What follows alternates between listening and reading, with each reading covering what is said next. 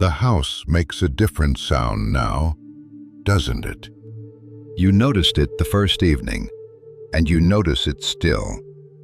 The particular quiet of rooms that used to be full. No feet on the stairs. No door opening at an hour that made you worry. No music through a wall. No half of a phone conversation drifting down the hall. No voice calling out from the kitchen to ask where something was. You move through your own home now, and it echoes a little, the way a house does when the people who filled it with noise have gone. And the silence is not peaceful exactly. It is loud in its own way. It is the loudest thing in the house. I know you walk past their door sometimes and stop. The room is too neat now. It was never this neat when they lived in it. And somehow that is worse. The tidiness of a space no longer truly lived in. You set the table and your hand reaches, out of 20 years of habit, for one more plate than you need, and you catch yourself and you put it back. The grocery list got shorter. The laundry got smaller. The car holds fewer people. Everywhere, in 100 small ways a day. The house keeps reminding you that the season you gave your whole heart to is over. And it is not only the evenings. It is the mornings, too. The ones that used to begin in a rush. Lunches and lost shoes and someone running late. And now begin in a stillness you do not quite know what to do with. The calendar that was so full it frightened you has gone strangely open, and the empty squares feel less like freedom than like something missing. The phone that buzzed all day with their small emergencies and ordinary questions has gone quiet. And when it does light up now, you reach for it a little too fast. You find yourself with whole hours that are yours, finally, after decades of having none.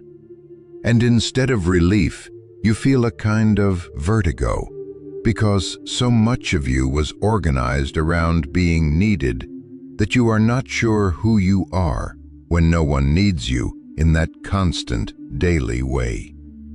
People told you for years to enjoy the rest that was coming. They did not tell you that the rest would feel, at first, so much like loss. There is a disorientation in the sudden quiet that no one warns you about, and you have been moving through it alone, wondering if something is wrong with you for not being happier about all this freedom you finally have. Come and sit with me in the quiet. Then, I want to talk to you about it. Not to hurry you out of it, but to sit in it beside you, because I know exactly what this silence costs you. And I have something to say into it that I think you have needed to hear for a while. First, let me tell you something that may surprise you, coming from me. Your grief is not a sign that you are doing this wrong.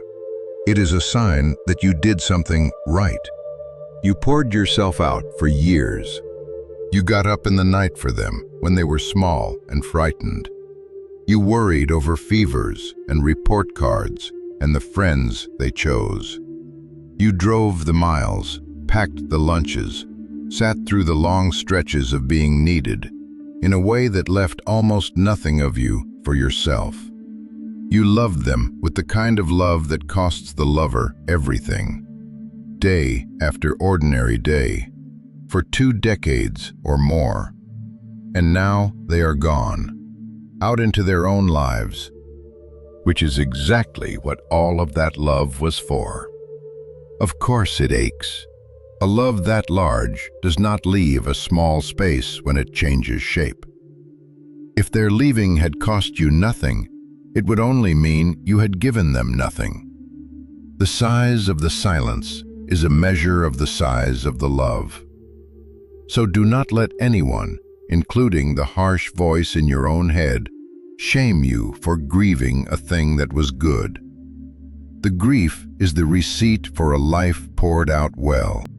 For some of you, the quiet has uncovered something you were not prepared to face. With the children gone, it is just the two of you again. You and the one you married, alone together, in a way you have not been in 20 years or more. And you are realizing, perhaps with a quiet alarm, that you are not entirely sure who the two of you are without the children between you. For so long, they were the project you shared, the conversation that never ran out, the reason the household ran. Now you sit across the table from each other in the new silence and wonder what you talk about, who you are as just the two of you. That is its own tender discovery, and I want you to know it is a normal one and not a sign that something has died. A marriage that gave itself to raising children simply has to learn, in this season, to remember itself, to court again, to become friends again on the other side of all that shared labor. It can be done. Many have found that the second half, the just the two of us half, became sweeter than they dared hope. And for some of you, there is no one across that table. You raised them alone, or you are alone now. And the empty house is doubly empty. The children gone, and no partner to share the silence with. If that is you, hear me with particular tenderness. You are not alone in that house, however it feels. I am there. The God who filled the silence of every lonely night you ever spent is in this one too. And I am not a distant or a quiet presence. I am near, in the empty rooms, closer than the children ever were. There is a wisdom in my book that I want to give you tonight, written by a man who had watched many seasons turn. He wrote, "To everything there is a season, and a time to every purpose under the heaven. A time to be born, and a time to die. A time to plant, and a time to pluck up that which is planted."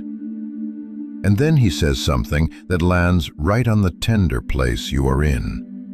A time to embrace, and a time to refrain from embracing. A time to keep, and a time to cast away. Hear that gently. There was a season, a long and beautiful one. That was the time to embrace, to hold them close, to keep them under your roof and your watch. You did that season well, and now, whether you chose it or not, the season has turned, as seasons do, into a time to open your arms and let them walk out of them. This is not the love ending. It is the same love entering the season it was always growing toward. You are not failing at holding on. You are being asked, by the turning of time itself, to do the harder and holier thing, which is to let go with an open hand. The man who wrote those words understood something that our hearts resist, that the goodness of one season does not make the next season wrong. We want the good seasons to last forever, and when they end, we feel as though something has been stolen. But nothing was stolen. The season simply completed itself, the way spring completes itself into summer, not as a loss, but as a fulfillment. The blossom is not robbed when it becomes fruit. It was always becoming fruit. The years of a full house were a glorious spring, and you are right to have loved them. But they were always growing toward this, toward the harvest of grown children sent out into the world. And a harvest, however bittersweet, is not the death of the planting. It is what all the planting was for. And letting go was always the point. This is the secret buried inside parenthood that no one quite prepares you for. You spend 18 years, more, making yourself less and less necessary, on purpose. Every skill you taught them, every time you let them try and fail and try again, every gradual loosening of the reins was you working faithfully toward the day they would not need you the way they once did. You were not raising someone to keep. You were raising someone to release. The ache you feel is the ache of a job done well, reaching its completion. It does not feel like victory. It feels like loss. But it is, in truth, the strangest kind of success, the kind that looks exactly like grief. I know, too, the tangle of feelings you have not admitted to anyone, because they embarrass you. There is the guilt of grieving at all, the voice that says you have no right to be sad about something every parent is supposed to want, that you should simply be proud and grateful and stop moping. There is the strange ache of seeing how well they are doing without you, how fully they have stepped into their own lives, glad for them and quietly stung at the same time. Because being less needed is a hard thing to celebrate, even when you raised them to be exactly this, independent. And underneath it, the fear you would never say out loud, that now that they no longer need you, they will slowly drift, that the calls will get shorter and farther apart, that you will become a name they think of on holidays, that the fierce closeness of all those years will fade into something polite and distant. You are afraid, in the quiet, of being forgotten by the very people you remember every single day. None of those feelings makes you small or selfish. They make you a parent who loved deeply. And deep love does not let go cleanly or without complication. You are allowed to feel all of it, the pride and the grief and the fear and the strange jealousy of their bright new lives, all at once, without it meaning anything is wrong with you. It only means you are human, and you love them with everything you had. If something in you is loosening even a little as I say this, do not let the quiet close back over it tonight. The silence will speak its old lies again tomorrow evening, when the house is dim and you are alone in it. If it would help to come back here and sit with me again on one of those evenings, you are welcome whenever you need. I am not going anywhere, and I do not tire of saying this to a heart that needs to hear it more than once. Now let me speak to the question underneath the silence, the one you may not have said out loud, even to yourself. Who am I now? For so long, your name was their mother, their father, the one who knew where everything was, who they came to first, whose whole day was organized around the shape of their needs. It was not just what you did, it became who you were, so woven into your identity that now, with them gone, you feel as though a large part of you went out the door with them, and you are not sure what is left, or who you are supposed to be in all this quiet. That is one of the deepest aches of this season, and I do not want to rush past it. The loss is not only of their daily presence, it is of a self that was built around them, and you are grieving that self too. So let me tell you who you are, underneath the role that is changing. You were my child long before you were ever their parent, before you had a single one of them, before you knew the name it would become your whole world. I knew you, and I loved you, and you were already fully and completely mine. Being their mother, their father, was a holy and beautiful calling I gave you for a season. But it was never the whole of who you are, and it was never the foundation of your worth. That foundation was laid before they existed and will stand long after this season has passed. Your name is not only their parent, your deepest name, the one that does not change when the house empties, is mine. You are mine.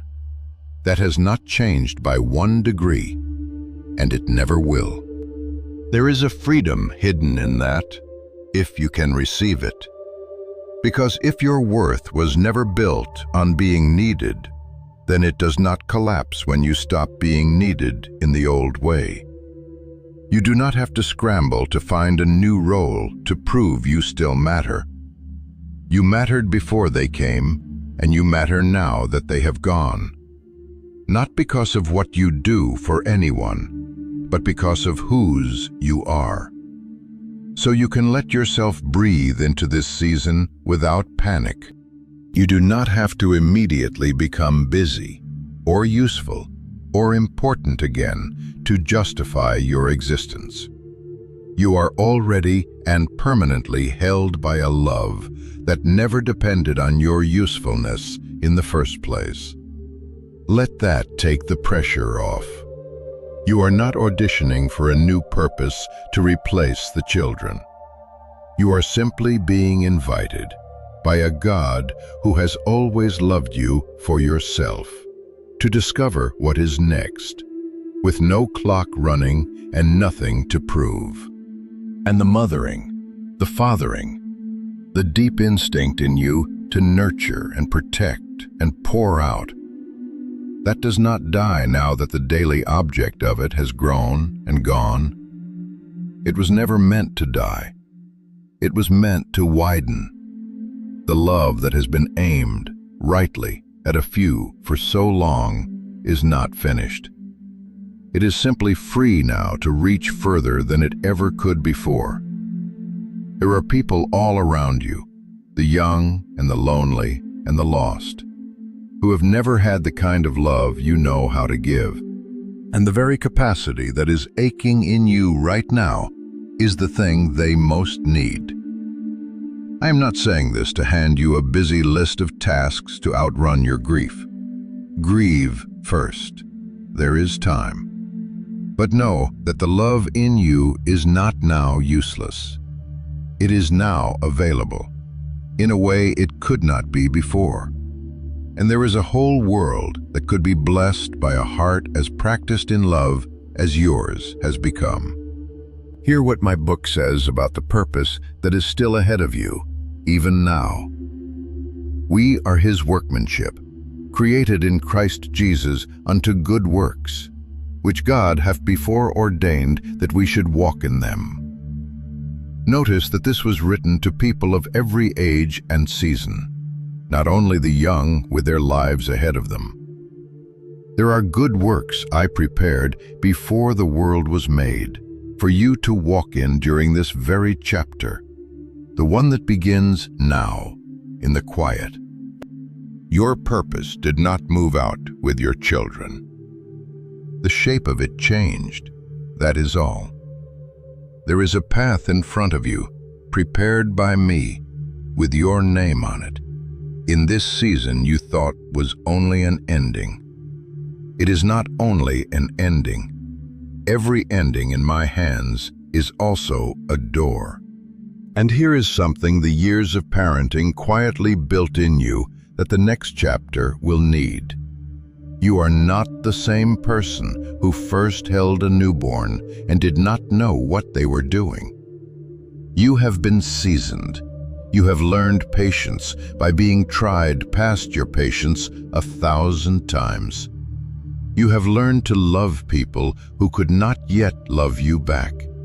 to give without being thanked, to keep showing up when it was hard, to see past behavior to the frightened heart underneath. Those are not small skills. They are exactly the skills the good works ahead of you will require. Nothing you learned in those years is wasted now. You did not just raise children, you were being formed, all that time, into someone uniquely able to bless the world in the season that comes after. The classroom is closing, but you graduated, and what you learned there goes with you into everything next. Let me tell you about a mother who had to do the very thing I am asking of you, and harder. Her name was Hannah, and she had wanted a child so badly, for so long, that she had wept before me until those watching thought she was out of her mind with grief. And I gave her a son. You can imagine how she loved him, this child she had begged heaven for, this answer to years of tears. And then, because she had promised, she did the almost unthinkable.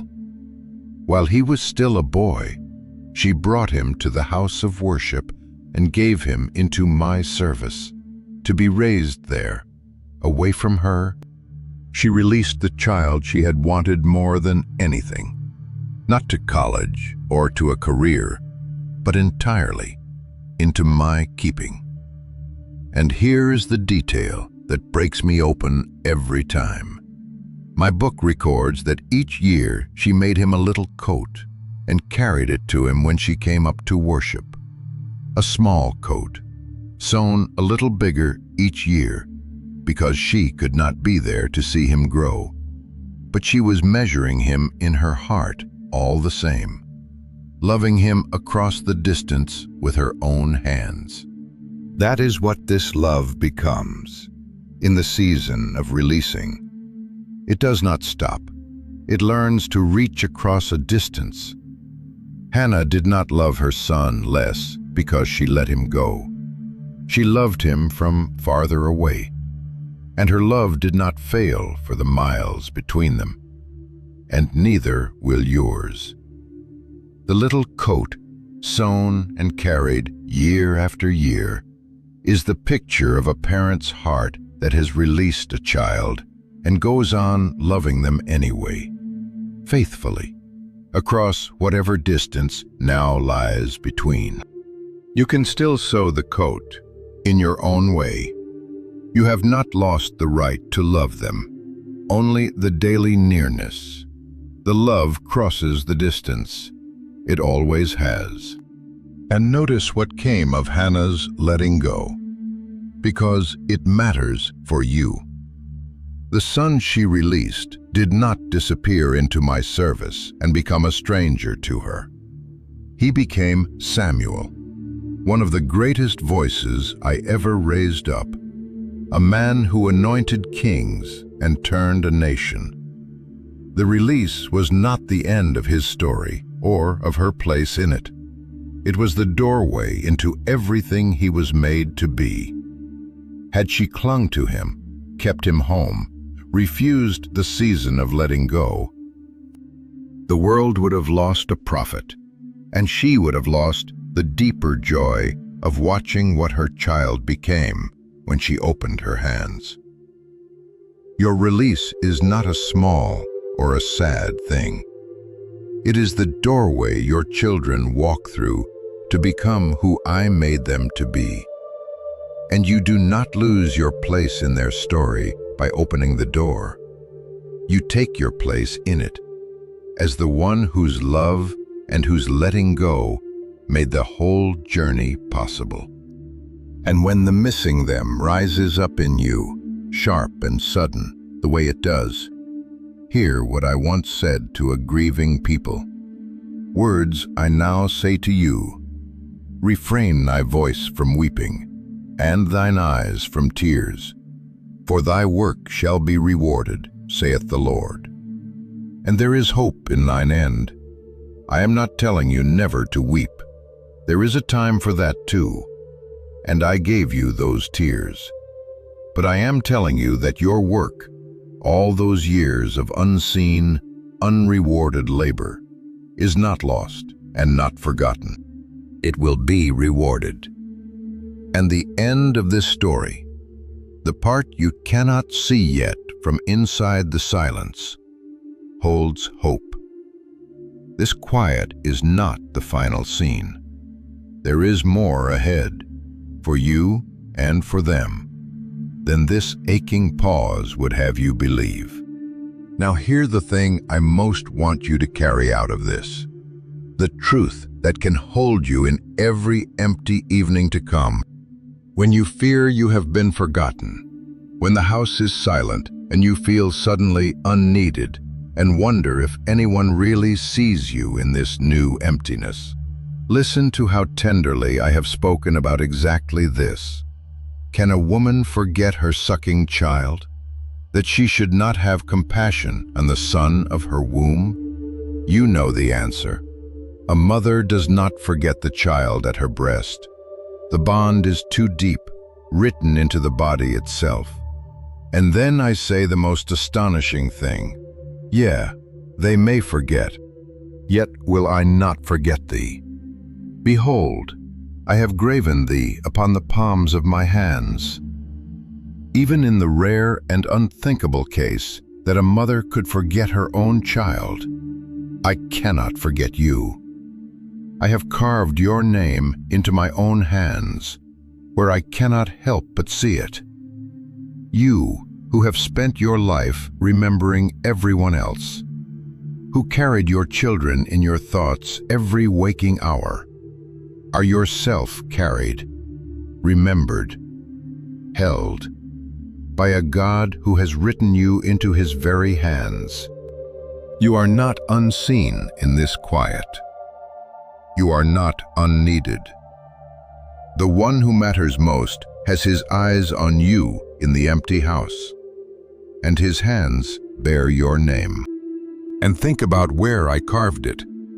Not on a page that could be set aside, not on a wall I might walk away from, but on the palms of my own hands, the part of me that is before my eyes in everything I do, that I cannot lift or work or reach out without seeing. You are not a name I have to remember to think of. You are graven where I cannot look away from you. All those years you held your children in your mind without effort, the way a mother simply carries her child in her awareness through every hour of the day. That is how I carry you, and more. You spent decades being the one who never forgot anyone, who remembered the appointments and the allergies and the small particular needs of everyone in your care. In this season, when you fear that no one is doing that for you anymore, that you have slipped out of everyone's daily awareness, hear it again. I have not forgotten you, and I cannot, because you are written into my hands. So here is how I would have you walk through this season, now that you know it is not the end of your story. Let yourself grieve, honestly and without shame. Do not let anyone rush you to gratitude before your heart is ready, and do not rush yourself. It is right to mourn the closing of a season you loved. Sit in the quiet when you need to. Cry in the doorway of the empty room if that is where the tears come. I am not standing over you with a stopwatch. Grief honored is grief that heals. Grief denied only goes underground and hardens. So feel it. I am with you in it. Mark the loss in whatever way helps you honor it. Look through the old pictures if it comforts you, even if it also makes you cry. Tears and gratitude can share the same moment. Tell the stories. Thank me for the years you were given. The specific, ordinary days that the rush of living kept you from fully savoring at the time. Grief and gratitude are not enemies. The most healing thing you can do in this season is to let them sit together. To weep over what is gone, precisely because it was so good, and to thank me for it in the same breath. You are not betraying your sadness by being grateful, and you are not betraying your gratitude by being sad. Hold them both. That is what a heart looks like when it is mourning something it loved well. But do not build your whole house inside the grief and live there. There is a difference between honoring a loss and moving into it permanently. When you are ready, and only you and I will know when that is, begin to lift your eyes from what has ended to what is being offered. A new chapter is genuinely here, not a consolation prize, but a real season with its own gifts. Time you have not had in decades. Freedom you forgot you could have. The chance to become acquainted again with the person you were before you were anyone's parent. And to discover who you are becoming now. Keep loving your children, but learn the new shape of it. They still need you, though they will rarely admit it, and never in the old way. What they need now is not a manager, but a soft place. Not constant rescue, but steady prayer. Not your anxiety, but your blessing. Resist the pull to keep solving everything for them, to keep swooping in, to keep being the one who fixes it, including with your wallet. Part of releasing them well, and it is one of the hardest parts, is letting them feel the weight of their own lives, struggling where they need to struggle, learning what only struggle teaches. Loving them now sometimes means holding back the help you long to give, so they can become the adults you raised them to be. Pray more than you advise. Bless more than you manage. Sow the little coat and let them walk their own road. And this is not financial counsel, only a father's wisdom. The most generous thing is not always the rescue. Sometimes it is the trust. And turn the freed-up love outward when you are ready. The capacity in you is real, and it is needed. Somewhere near you is a young person with no one to believe in them. A new parent drowning who would weep at one wise word from someone who has been there.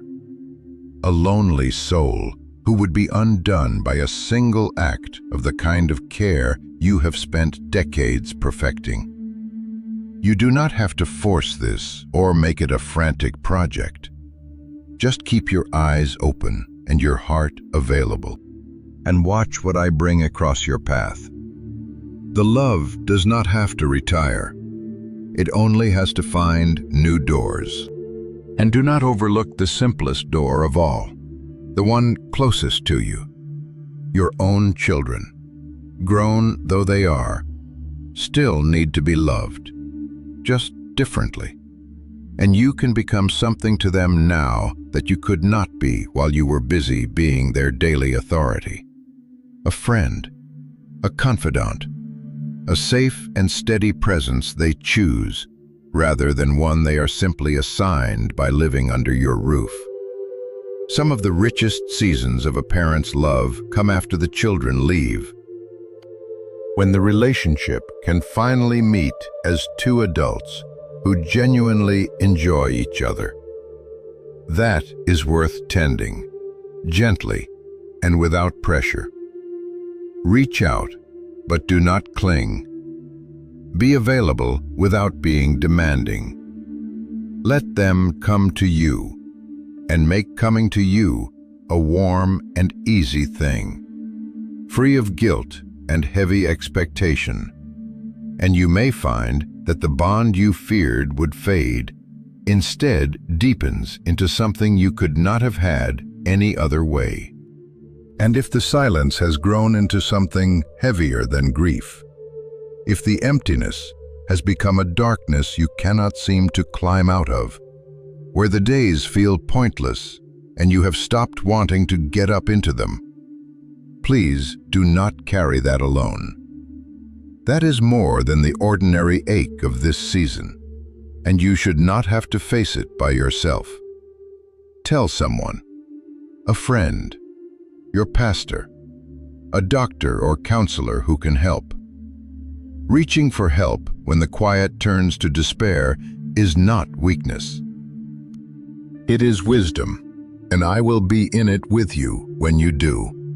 If these words have found you in the silence tonight, do not sit alone in it the way you have been.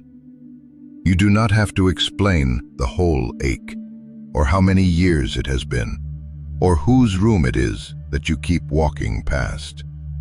Just write 4 words where others can see them. The house is quiet. Say it among the others here who are sitting in their own quiet houses tonight, and discover that the silence you thought was only yours is shared by more hearts than you knew. I read every one of those words, and I know the whole life of love behind each. So sit with me a little longer in the quiet, and let me change what it means. The silence in your house is not the sound of a story ending. It is the sound of arrows that have left the bow and are flying, exactly as arrows are meant to. You did not lose them. You launched them.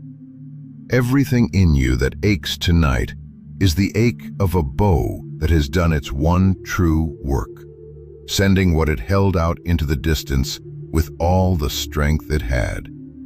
That is not failure. That is the whole purpose of a bow. And you drew it back and held it steady for years. And you let it fly straight.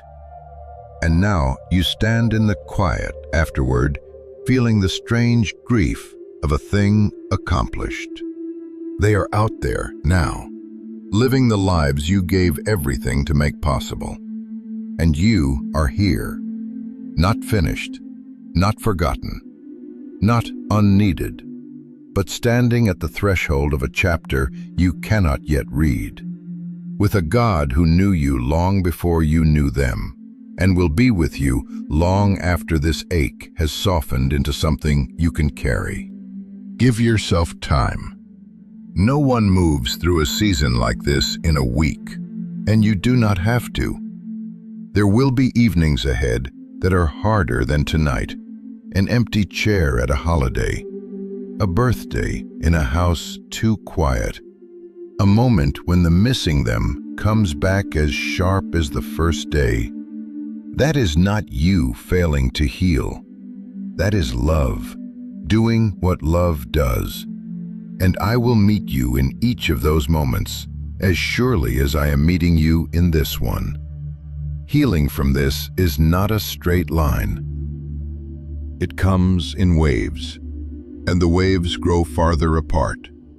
And one day you will notice that the quiet has stopped being only an absence and has started, slowly, to hold a peace you did not expect. The house is quiet, but you are not alone in it.